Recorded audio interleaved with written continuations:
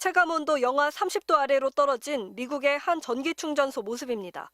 충전 차례를 기다리는 차들이 길게 서 있고 어떤 차들은 완전히 방전돼 견인되기도 합니다. 우리나라도 다음 주 강추위가 예상되는데 전기차로 택시 운전을 하는 황인용 씨는 겨울마다 고역입니다. 추워질수록 배터리가 금방 닳아 장거리 손님을 태우기도 힘들고 난방도 제대로 켜기 어렵기 때문입니다. 날씨 춘 날은 그냥 전기가 푹푹 들어가요.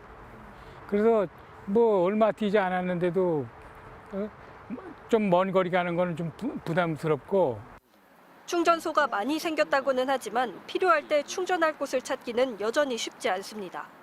주차 충전 가능한 곳을 찾아다녀야 되는 것도 불편하고 그리고 충전하는 시간도 주유하는 것보다는 배 이상으로 많이 걸리니까. 특히 겨울철에는 완충 시 평균 20% 이상 주행거리가 줄어드는데 급속 충전 인프라가 적다 보니 충전 경쟁도 심화되고 있습니다.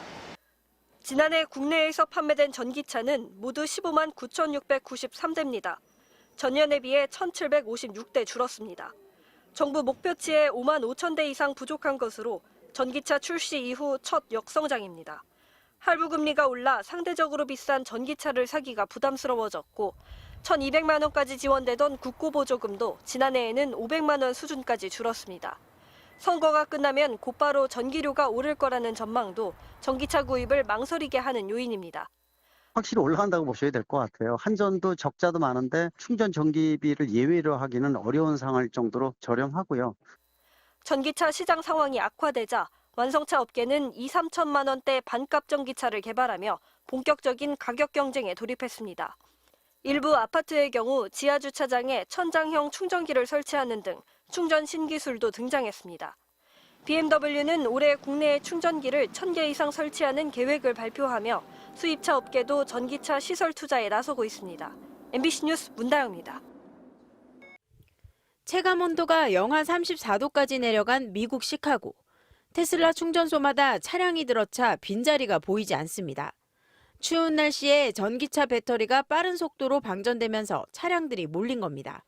And you can look around here. Every single car is a Tesla car full with the Tesla cars, this whole parking lot. And we're waiting for over an hour. 일부 충전기가 얼어붙어 먹통이 된 데다 충전 시간도 평소보다 배로 늘어나 그야말로 충전 대란이 벌어졌습니다. It's horrible. It takes 2 hours. The wait, you might wait an hour. It takes 2 hours to charge. Then the charge leaves really quickly. So now you're back at the charger twice a day. So it's actually horrible. 겨우 차례가 돌아와도 기다리는 사이 차량이 방전돼 견인되는 차량도 속출했습니다. And by that time, my battery drained down to 5%, which was faster than normal. The long story short, here I am. We had to tow it out this way. 낮은 온도에선 전기차 배터리 성능이 떨어지기 때문에 영하의 날씨에 전기차 주행 범위는 상온일 때와 대비해 20%가량 줄어드는 데다 히터를 사용하면 배터리 소모가 더 빨라집니다. 전기차 업계에선 추운 날씨엔 전기차뿐 아니라 내연기관 자동차도 성능이 떨어진다며 전기차 보급률에 비해 충전소가 충분하지 않은 게 문제라는 지적도 나옵니다. 뉴욕타임즈는 시카고의 전기차 충전소 곳곳이 운전자들의 대기로 절망의 현장이 됐다고 전했습니다.